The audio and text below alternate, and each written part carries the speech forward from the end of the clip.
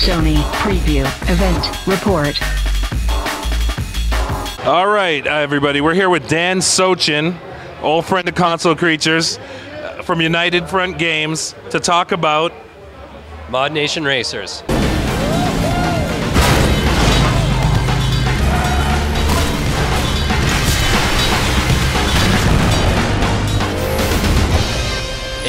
It's the first next generation kart racing game. So what we loved about kart racing games is the fact that they're, pick up and play, really nice and accessible so that anyone can be playing. You make one bad turn, you're not out for the race. But we wanted to take that genre and push it really to the next level. And so we've done that with the racing itself. We've got a lot of real world physics in there. So it's got a little bit more complexity. It's a little bit more skill involved than some of your, grandfather's kart racers, if you will. We've got the deepest customization you've ever seen in a racing game. You can customize your characters, your cards, and your tracks.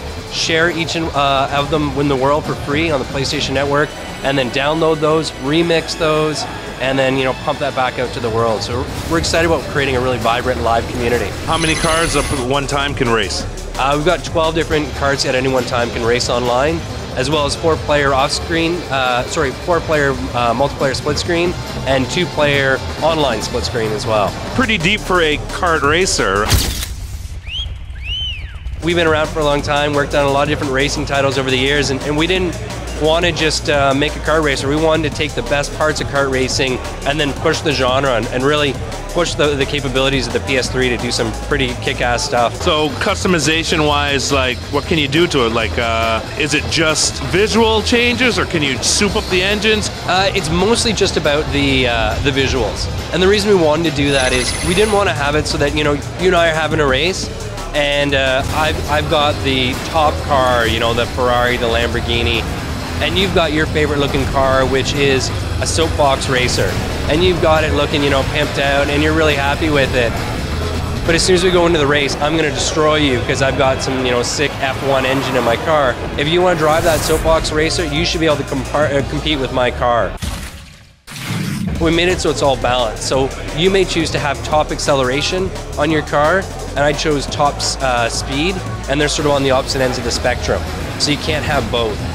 And so that's how we made some unique differences based on the type of driving, whether you want to have tighter turns or looser turns, but it has like better handling, that kind of thing.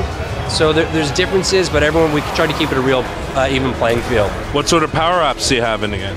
We've got a whole bunch of different power-ups. Some you've seen before in other kart racing games, sort of the straight shooting missiles or the whole heat-seeking.